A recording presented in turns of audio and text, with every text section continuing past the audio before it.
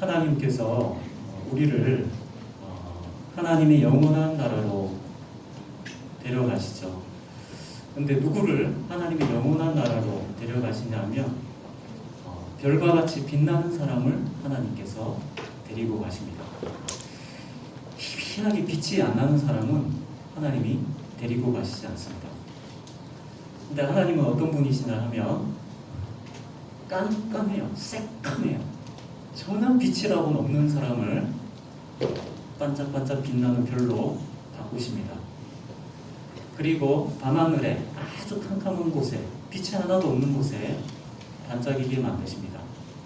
그리고 그 빛이 나는 그 별을 하나님께서 자기 백성으로 삼으시고 영원한 하나님의 나라로 데리고 가십니다. 우리 예전에 깜깜하게 빛이 안 나는 그런 사람 누구라고 했죠? 거꾸리라고 했죠.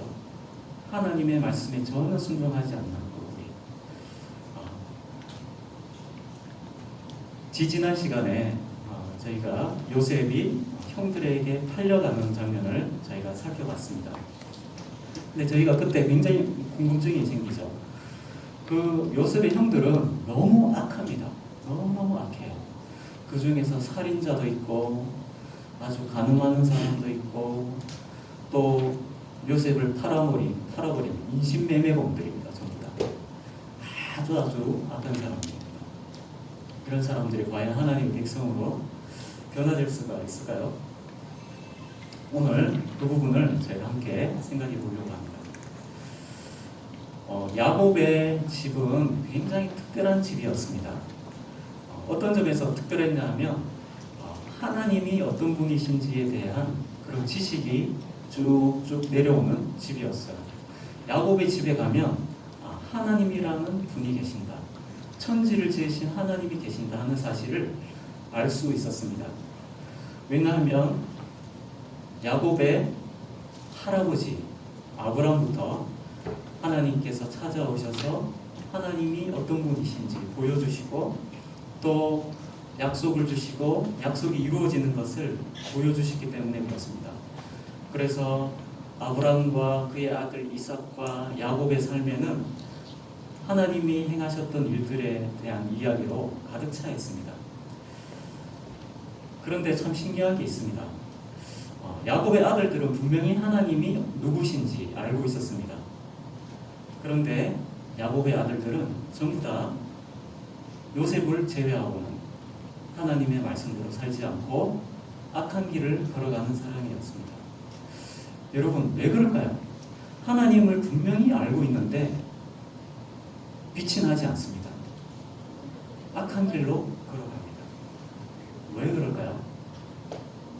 여러분, 우리도 한번 생각을 한번 해봐야 됩니다. 우리 어릴 때부터 교회를 다 다니고 있습니다. 우리는 하나님에 대해서 많이 들었습니다. 하나님을 알고 있습니다.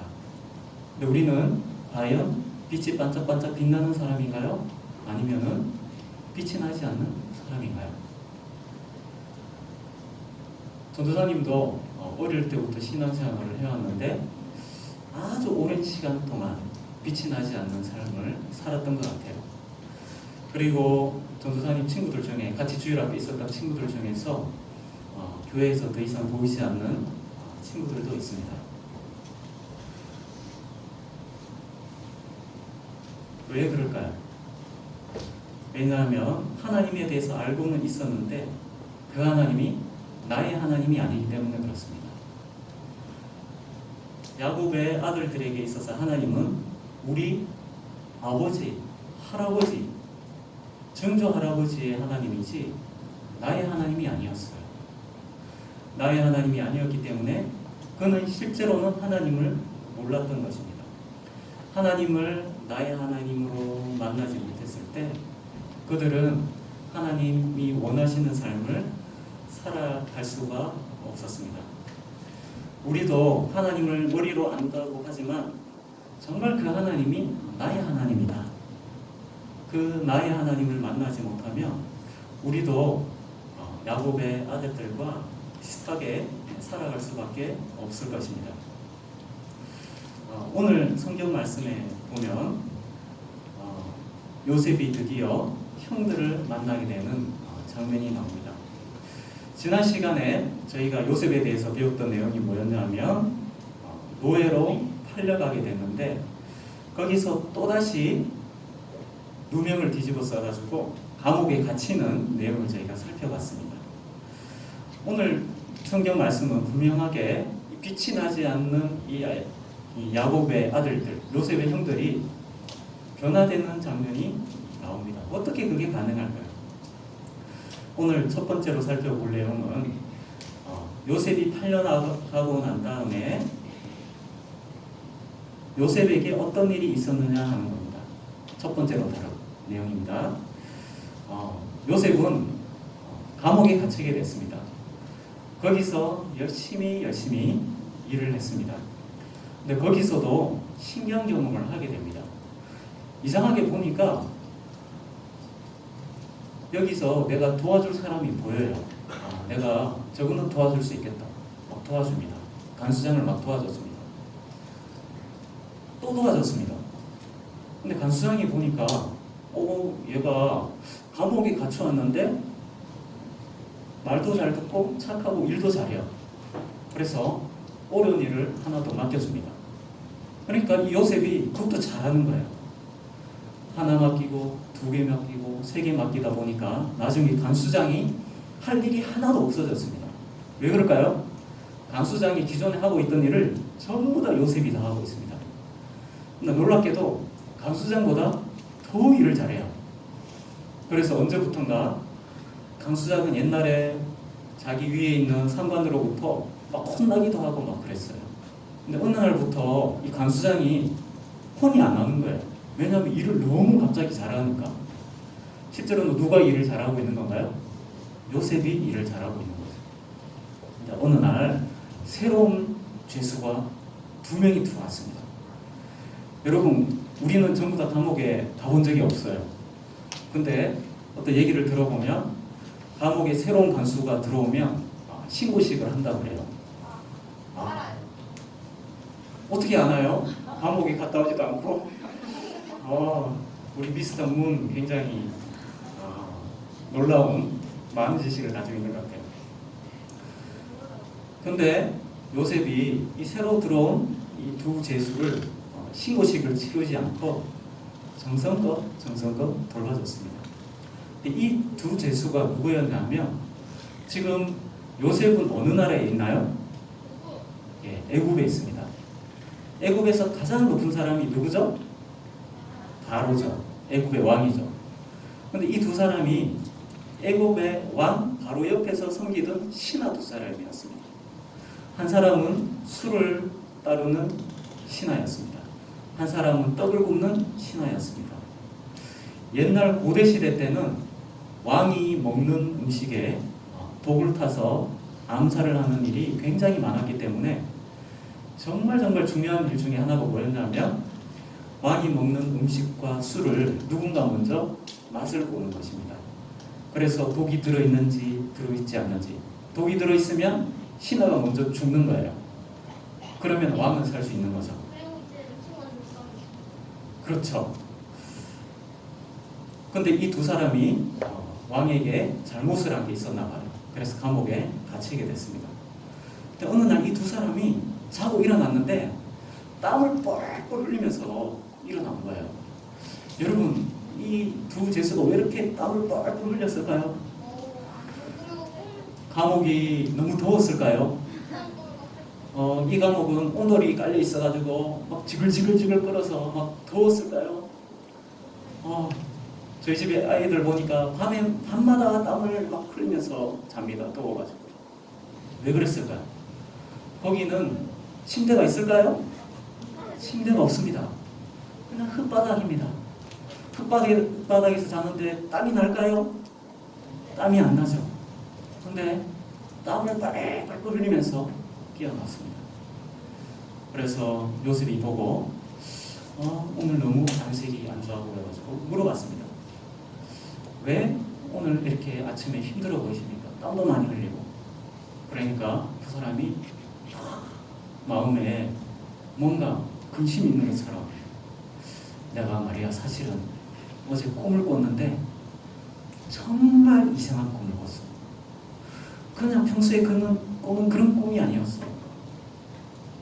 너무나 분명한, 누군가 나에게 뭔가 말을 하고 있는 것 같았어. 아, 그런가요? 근데 이 꿈이 무슨 뜻인지 못 모르겠어. 꿈은 하나님께 있지 않습니까? 저에게 말씀해 주십시오. 제가 알려드릴 수 있습니다. 그래서 이 두 사람의 신하 중에서 술을 맡은 사람이 자기 꿈 얘기를 했습니다. 포도나무가 있었는데 거기에 가지가 3개가 보였어. 근데 이 가지에서 꽃이 피기 시작했어. 너무나 예쁜 꽃이었어. 그런데 꽃이 지면서 포도 열매가 맺히기 시작했어. 근데 아주 큰 포도송이가 주렁주렁 열렸어. 그래서 그 포도송이를 가지고 즙을 쫙 짜가지고 바로의 컵에다가 그 즙을 쫙 담아들였지. 이게 무슨 뜻이지? 요셉이 그 꿈 얘기를 들으면서 요셉이 이상하게 이게 무슨 뜻인지가 이해가 되는 거예요. 그래서 대답합니다. 아하, 제가 뜻을 알려드리겠습니다. 포도나무의 3가지는 3일을 말하는 겁니다. 그리고 포도송이가 열려서 바로의 잔에 따르는 것은 당신이 3일 뒤에 풀려나서 다시 왕 앞에 살아서 나가서 왕 앞에 서게 되는 걸 말하는 겁니다. 걱정하지 마십시오. 3일 뒤에 당신은 풀려나서 다시 술 맡은 자가 될 것입니다. 그러자 떡 굽는 신하가 오? 이야, 꿈 너무 좋은데? 나도 꿈을 꿨어. 내 꿈도 들어줘. 그랬더니 이번에는 나는 말이야 꿈을 꿨더니 포도나무가 아니고 흰떡 3광주리가 나타났어. 광주리 3개. 몇 개요? 3개. 그 안에 뭐가 있었게요? 떡이 있었어. 구운 음식이었어. 근데 갑자기 새들이 와서 그 떡들을 야금야금 먹었어. 아, 요셉, 아까와 같이 나에게 좋은 꿈 해석을 해라. 그러니까 요셉이 이번에는 흰떡 3광주리는 똑같이 3일입니다. 그런데 구운 음식이 새들에게 쪼여서 새들이 먹어버리는 것은 당신은 이 감옥을 나가지만 당신은 죽게 될 것입니다. 그렇게 얘기를 했습니다. 그리고 난 다음에 요셉이 얘기했습니다. 만약 술 맡은 자에게 당신이 나가거든, 왕 앞에 서거든, 꼭 저를 꺼내주십시오. 저는 잘못한 게 없어요. 지금 억울하게 감옥에 갇혀 있다고요. 저를 꼭 꺼내주십시오. 3일 뒤에 술 맡은 받은 자가 풀려났습니다.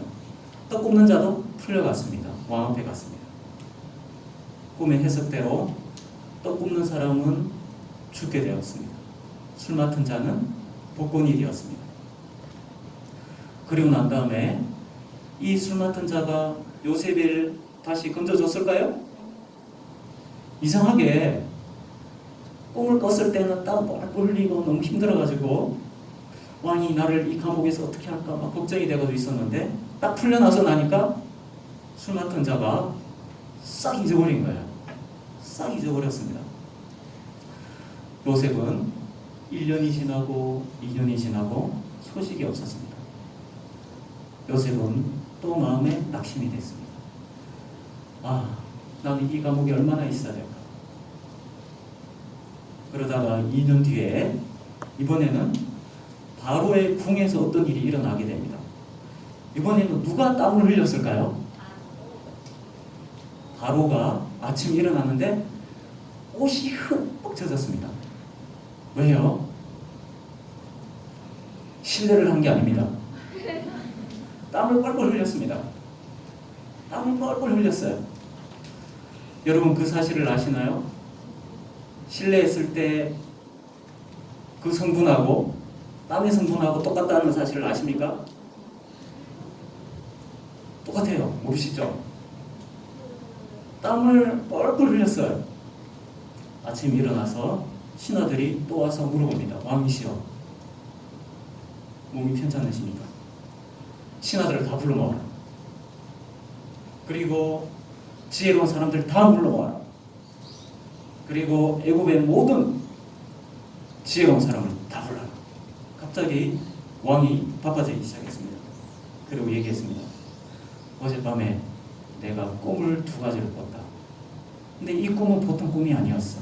나는 그 꿈을 꾸면서 거의 죽는 줄 알았다. 왕이시여, 그 꿈에 대해서 말씀하소서. 저희가 해석해 드리겠나이다. 술사들이 막 얘기합니다. 내가 나일강에 서서 멀리 바라보고 있었다. 근데 갑자기 나일강가에서 너무나 아름답게 생긴 소들이 7마리가 걸어 나왔어.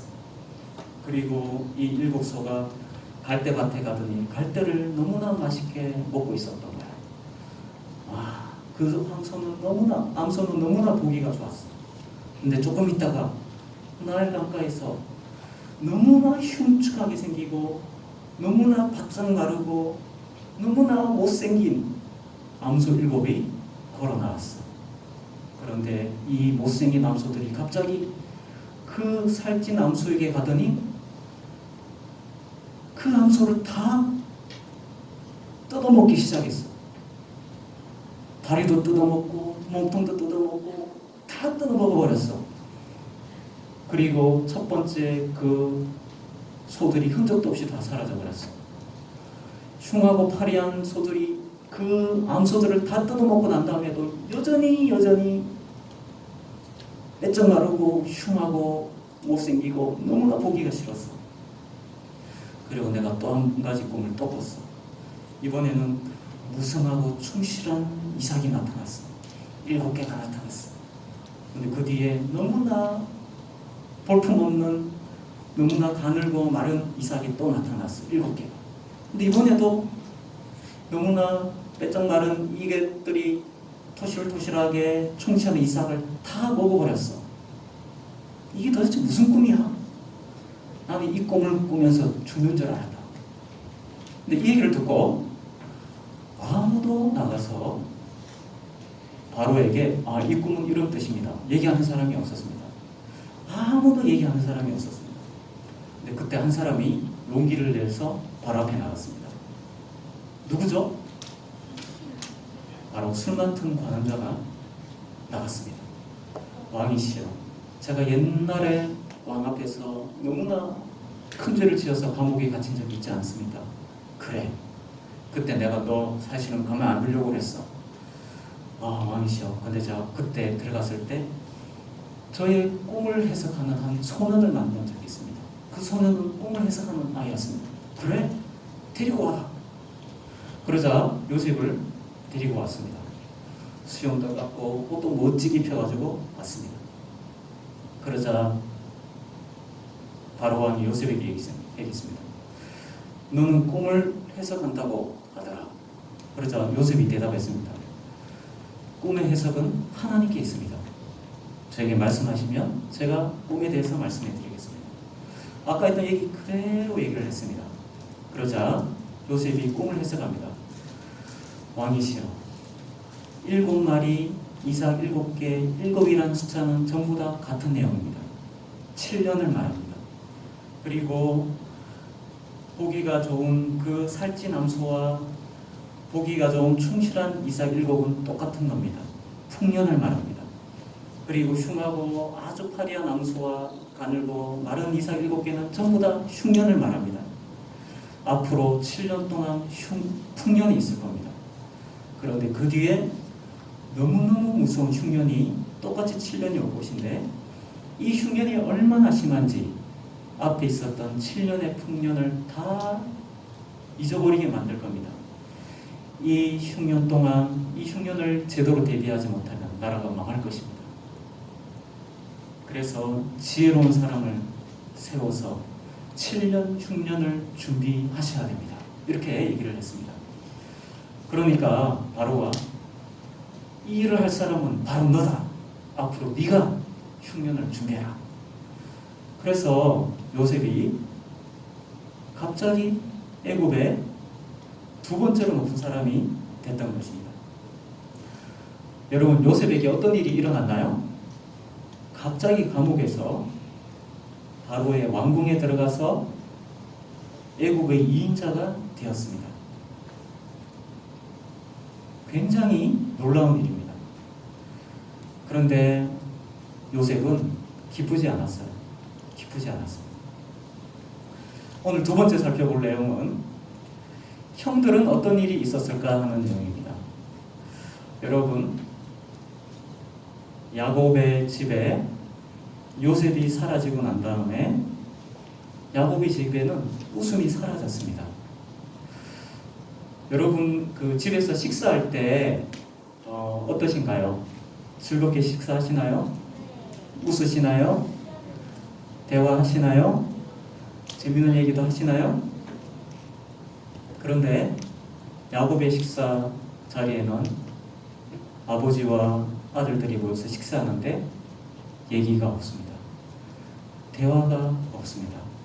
왜냐하면 요셉이 없었기 때문에 그렇습니다.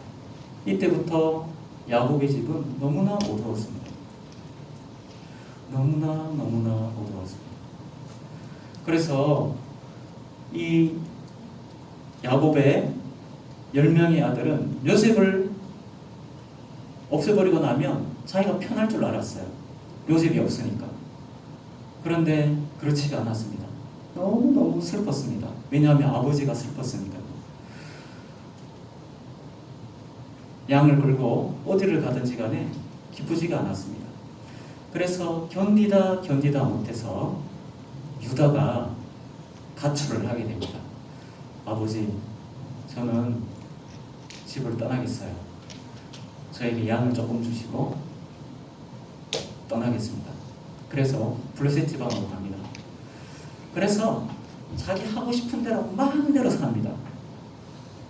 거기서 많은 죄를 짓습니다. 그러다가 거기서 하나님을 만나게 됩니다. 유다가 어떻게 해서요? 자기가 얼마나 죄를 많이 지었는지 죄를 깨닫게 되는 일이 있었던 것입니다. 그래서 유다가 다시 돌아오게 됩니다. 그래서 힘들게 살아가고 있었습니다. 자, 그런데 요셉의 인생과 형제들의 인생이 드디어 따로따로 가고 있다가 한 길에서 만나게 되는 순간이 오게 됩니다. 어떻게 해요? 마침내 기근이 찾아온 것입니다. 온 땅이 기근이 찾아왔어요. 먹을 것이 없습니다. 여러분, 어느 날 학교 갔다 와서 냉장고 문을 딱 열었습니다. 지금 머리에 생각한 게 있어요. 집에 가면 냉장고 열면 몇째 칸에 뭐가 있지? 내가 좋아하는 간식. 빨리 들어가서 그걸 먹어야겠다. 딱 열었는데 냉장고가 싹 비어 있어요. 냉장고가. 근데 다음 날에도 그 다음 날에도 냉장고는 채워지지가 않습니다.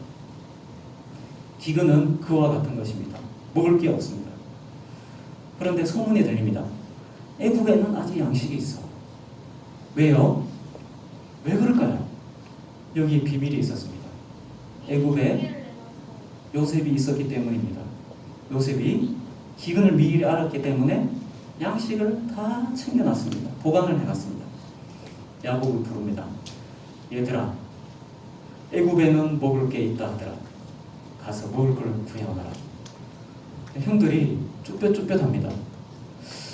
뭐 하느냐? 갔다 오너라.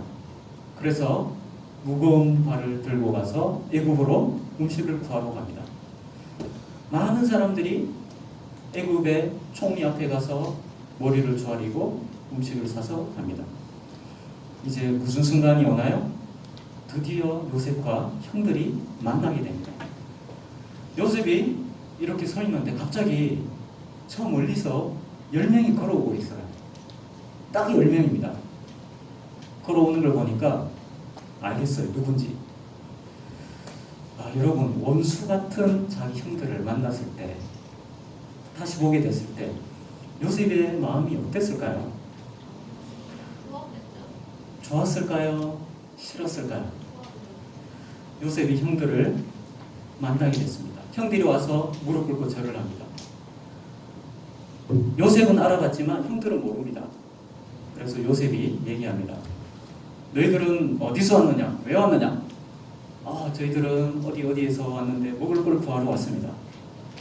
우리나라 애국 사람이 아니구나. 너희들 10명씩이나 온 거 보니까 수상한데? 너희들 첩자야. 맞지? 너희들에게 양식을 줄 수 없다. 그러니까 갑자기 형들이 당황해가지고 아닙니다. 저희는 10명이 전부 다 한 형제들입니다. 그러면서 막 설명을 했습니다. 원래 형제들이 전부 다 12명인데 하나는 집에 있고 하나는 없어졌습니다. 막 얘기를 했습니다. 요셉이 그 얘기를 듣고 난 다음에 얘기합니다. 너희 말이 진짜인지 아닌지 어떻게 증명할 거냐? 집에 동생이 하나 남아있다고 그랬지? 그러면 그 친구 데려와. 그러면 내가 믿어주겠다. 대신에 갔다 올 동안에 너희들 중에 한 사람 여기 남아있어라. 인질로. 그래서 인질로 잡아놓고 형들이 돌아가게 됩니다. 돌아가는 길에 보니까 곡식을 샀는데 곡식 대금이 그대로 있는 거예요. 틀림없이 줬는데 다시 들어와 있습니다. 좋은 건가요? 나쁜 건가요? 여러분, 홈플러스에 가서 잔뜩 샀습니다. 엄마한테 용돈 받아가지고 지갑을 딱 펼쳐가지고 나에 있는 돈을 다 털어가지고 틀림없이 계산을 했어요. 집에 가는 길에 지갑을 열어보니까 돈이 그대로 있어요. 좋은 겁니까? 나쁜 겁니까? 좋은 건가요? 정말요? 그런데 이 형들은 두려워하고 있습니다. 왜 그렇습니까? 지금 간첩으로 오인받고 있거든요. 근데 돈을 안 주고 그냥 곡식만 가져오면 훔친 거하고 똑같이 되는 거예요. 우리가 틀림없이 돈을 준 것 같은데 안 줬나? 어떡하지? 안 그래도 지금 우리가 지금 간첩으로 오해받고 있는데 두려워 떨기 시작합니다. 집에 와서 아버지한테 얘기하니까 아버지도 벌벌벌 떨기 시작합니다. 그리고 난 다음에 시간이 지납니다. 곡식이 다 떨어졌습니다. 유다가 가서 얘기합니다. 아버지, 이제 먹을 걸 구해야 됩니다. 그리고 막내 아들을 보내주셔야 우리가 갈 수 있습니다. 안 된다. 요셉도 잊어버렸는데 마지막 베냐민까지 잊어버리면 안 된다. 절대로 못 간다. 절대로 안 돼. 그래서 계속 실랑이를 하다가 마침내 야곱이 알았다. 내가 그러면 너에게 허락한다. 대신에 너희들 갈 때 선물을 준비해서 가거라. 해서 선물을 들고 오게 됩니다. 그래서 다시 만나게 됩니다. 형들은 두려워해서 지난번에 우리 틀림없이 돈을 냈는데 돈이 들어가 있었어요. 괜찮다. 우리 그때 돈 다 받았어. 신경 안 써도 된다. 마지막 이 막내까지 보고 난 다음에 요셉이 식사 대접도 해주고 그 다음에 곡식도 많이 주고 또 선물도 주고 해서 돌아가게 됐습니다. 이제 모든 게 다 해결됐습니다. 그런데 갑자기 돌아가고 있는 중에 뒤에서 애굽의 군병이 한 명 말을 타고 흡히 옵니다. 거기 멈춰라! 멈춰라! 영문이 몰라가지고 멈춰섰습니다. 너희들 아주 은혜를 모르는 자로다. 우리가 너희들 이렇게 선대했건만 은혜를 악으로 갚느냐? 우리 주인의 이 귀한 존귀한 그릇을 너희 중에 한 사람이 훔쳐갔다. 너희가 이렇게 우리의 호의를 은혜를 이렇게 악으로 갚다니. 저희는 그런 적이 없습니다. 만약에 우리 중에 그게 나오는 사람이 한 사람 있으면 그 사람 노예로 삼아도 됩니다. 종으로 삼으십시오. 알았다. 한 사람씩 짐을 풀어나와라. 첫째부터 짐을 풀어가기 시작합니다. 그런데 야곱이 가장 아끼는 마지막 막내 베냐민의 자루에서 요셉의 그릇이 나오게 됩니다. 그때 형들이 마음이 어땠을까요? 형들은 요셉과 베냐민을 싫어합니다. 싫어한다고요. 야, 잘됐다. 우리 요셉도 지난번에 우리가 팔았는데 이 말은 하면 안 되지. 이번에는 합법적으로 종으로 팔려가겠구나. 괜찮다. 잘 가거라. 형들이 그렇게 했나요? 나서서 이렇게 얘기합니다. 안 됩니다. 우리 전부 노예에 삼으십시오. 대신 이 아이만 풀어주십시오. 안 된다. 그릇이 나온 아이만 종이 될 것이다.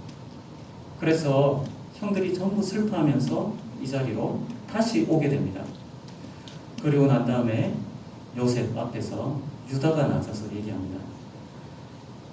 총리님, 죄송하지만 제 얘기 한 번만 들어주십시오.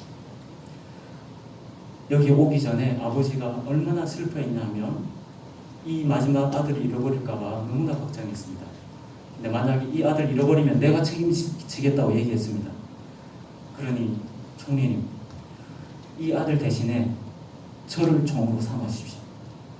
그리고 이 아이는 돌려보내주십시오. 왜냐하면 제가 아버지하고 약속했습니다. 저를 종으로 삼아주십시오. 그렇게 했을 때 드디어 오늘 본문이 시작됩니다. 요셉이 갑자기 소리를 지릅니다. 전부 다 나가라! 다 나가! 자기 신하들에게 외치기 시작합니다. 이때까지 요셉은 자기 형들과 중간에 통역을 세워놨습니다. 애국말로 말하면 통역이 아람어로 얘기하고 통역을 해서 계속 얘기하고 있었습니다. 근데 통역까지 다 나가라고 합니다. 그리고 난 다음에 요셉이 그때 이제 얘기합니다. 형님, 제가 요셉입니다. 이 얘기를 듣고 형들이 깜짝 놀랍니다.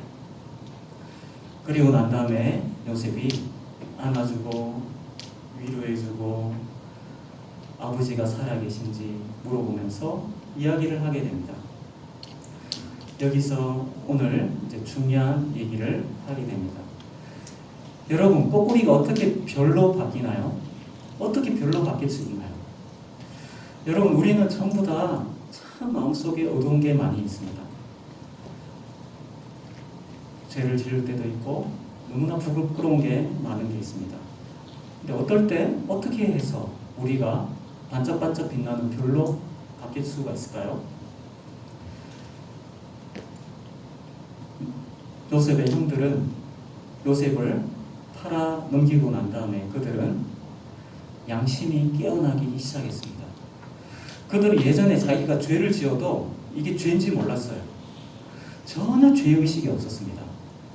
그런데 요셉이 팔려 나가고 난 다음에 자기 아버지가 슬피 우는 것을 보고 기뻐하지 않는 것을 보고 그들은 조금씩 양심이 살아나기 시작했습니다.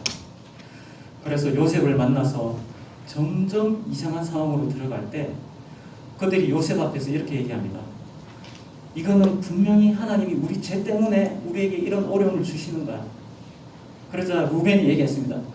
봐, 그때 요셉을 팔지 말자고 그랬잖아. 그때 왜 너희들 판 거야? 그 때문에 우리가 지금 이런 어려움을 겪는 거 아니야? 막 떠들기 시작합니다. 나중에 요셉이 나서서 저를 노예로 삼으십시오.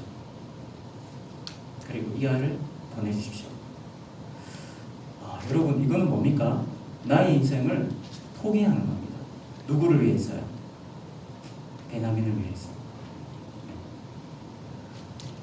요셉이 발견한 게 뭐냐면 거의 20년 정도 전에 그 악했던 형들의 모습이 아니라 자기 죄를 깨닫고 있는 형들을 보게 됐습니다. 그래서 요셉은 그제서야 자기 자신을 밝히게 된 겁니다. 근데 자기 자신을 밝히는 걸로 해결되지 않아요. 형들이 지금 누구 앞에 서 있습니까? 애굽의 총리 앞에 서 있죠. 여기서 이 총리는 사람을 죽이기도 하고 살리기도 하는 사람입니다. 이 형들이 요셉 앞에서 죽을 수도 있고 살 수도 있습니다. 이제 형들의 생명은 요셉에게 달려 있습니다. 이 형들이 과연 어떻게 될까요? 이 형들의 생명이 누구에게 달려 있을까요? 요셉에게 달려 있습니다. 요셉이 이 형들이 반짝이는 별로 바뀌는 마지막 한마디를 하게 됩니다. 그게 무엇이냐면 용서의 말이었습니다. 오늘 말씀에 보면 5절 말씀입니다. 당신들이 나를 이곳에 팔았다고 해서 근심하지 마소서, 한탄하지 마소서. 하나님이 생명을 구원하시려고 나를 당신들보다 먼저 보내셨나이다. 요셉의 인생은 슬픔 그 자체였습니다. 왜냐고요? 감옥에서 살았습니다. 종으로 살았습니다. 왜냐고요? 인신매매를 당해가지고. 누구에게요? 형들에게요. 형들을 용서할 수 있겠습니까? 형들을 믿을 수 있겠습니까? 그런데 요셉이 알게 된 것이 있습니다. 자기가 이렇게 험한 인생을 살아온 이유가 보니까 형의 변화된 모습을 딱 보는 순간에 깨닫게 된 겁니다. 어떻게 깨닫게 되냐면 요셉의 꿈 때문이었습니다. 요셉의 꿈이 두 가지입니다. 하나는 볕단이 일어서서 요셉의 볕단에 절을 하는 것입니다. 이것은 요셉이 야곱의 가족을 기근 가운데 구원하겠다는 하나님의 말씀이었습니다. 두 번째는 별들이 11별들과 해야 달이 요셉에게 절을 하는 것이었습니다. 이것은 죄 많은 야곱의 아들들이 별과 같이 빛나는 하나님의 백성으로 변화되는 것을 말하는 것입니다. 요셉이 하나님의 말씀, 꿈을 가지고 있었기 때문에 이 순간에 용서의 말을 할 수 있게 되었습니다. 그리고 죄인들이 이 요셉의 말을 듣고 용서를 경험할 수 있게 됐습니다. 여러분, 우리가 한평생 살면서 죄인이 빛나는 별로 변화될 수 있는 방법은 딱 하나입니다. 하나님의 용서를 받는 것입니다. 그때 우리는 별로 변화되게 됩니다. 그때 하나님이 나의 하나님이 되시는 것을 경험합니다. 그래서 하나님의 놀라운 계획이 우리에게 임하게 될 때 하나님은 어떤 일을 하시냐면 우리가 어떤 사람인지, 내가 정말 하나님 앞에서 어떤 사람인지 깨닫게 해주십니다. 내가 완전한 것 같지만 내 안에 얼마나 심각한 병이 있는지, 얼마나 거꾸리의 질병이 있는지, 교만의 질병이 있는지, 이것이 하나님을 얼마나 아프게 하는지 깨닫게 해주십니다. 자기 죄를 보게 해주십니다. 그때 하나님은 오셔서 네가 죄인인 것을 인정하는 자에게 하나님이 죄 용서를 선포하십니다. 이런 점에서 요셉은 예수 그리스도와 너무나 닮아 있습니다. 요셉은 자기 죄 때문에 고난을 당한 게 아니었습니다. 예수님도 마찬가지로 자기 죄 때문에 고난받으시고 죽으신 것이 아니었습니다. 그는 오직 죄인을 위해서 고난을 당하셨던 것입니다. 하나님께서 여러분들에게 찾아오셔서 여러분의 진짜 모습을 거울 보듯이 보여주시기를 바랍니다. 그리고 그렇게 할 때 여러분들의 마음속에 하나님이 주시는 그 겸손이 나타나기를 바랍니다. 그때 여러분들이 하나님이 아무 조건 없이 여러분들을 받아주시는 은혜를 경험하게 될 것입니다. 여러분, 이게 왜 중요하냐면 요셉이 이때 과거의 죄를 한 번이라도 들추어가지고 형 그때 왜 그랬어? 나 그때 너무 힘들었다고 이 한마디 하면 요셉의 아들들은 별로 바뀌지 못합니다. 절대로 안 바뀝니다. 죄책감에서 절대로 못 벗어납니다. 그래서 오늘 우리를 별로 만드는 그 마지막 한마디가 뭐였냐면 나를 이리로 보내시니, 나를 이렇게 고난 가운데 있게 하시니는 형이 아니라 하나님이셨다. 이 고백이 형들을 별빛이 빛나도록 바꾸는 것입니다. 여러분, 우리가 죄에 넘어졌을 때 정말 하나님 앞에 나가는 거 어렵습니다. 왜냐하면 너무나 부끄러운 모습을 보게 되면 나의 자존감, 자아상 다 망가집니다. 하나님 앞에 안 나가요. 그리고 누군가 나의 잘못에 대해서 한마디 지적하면 절대로 마음문을 안 엽니다. 이 세상의 모든 죄인들이 갖고 있는 문제가 뭐냐면 마음문을 안 열어요. 절대로 마음문을 안 엽니다. 이 마음문을 여는 방법이 뭐냐면 무조건적인 용서 하나밖에 없습니다. 죄를 지적하는 게 아니라. 요셉은 형들에게 자기가 힘들었던 거, 자기가 엄청 고난받았던 거 형들의 탓으로 돌리지 않았습니다. 무조건적으로.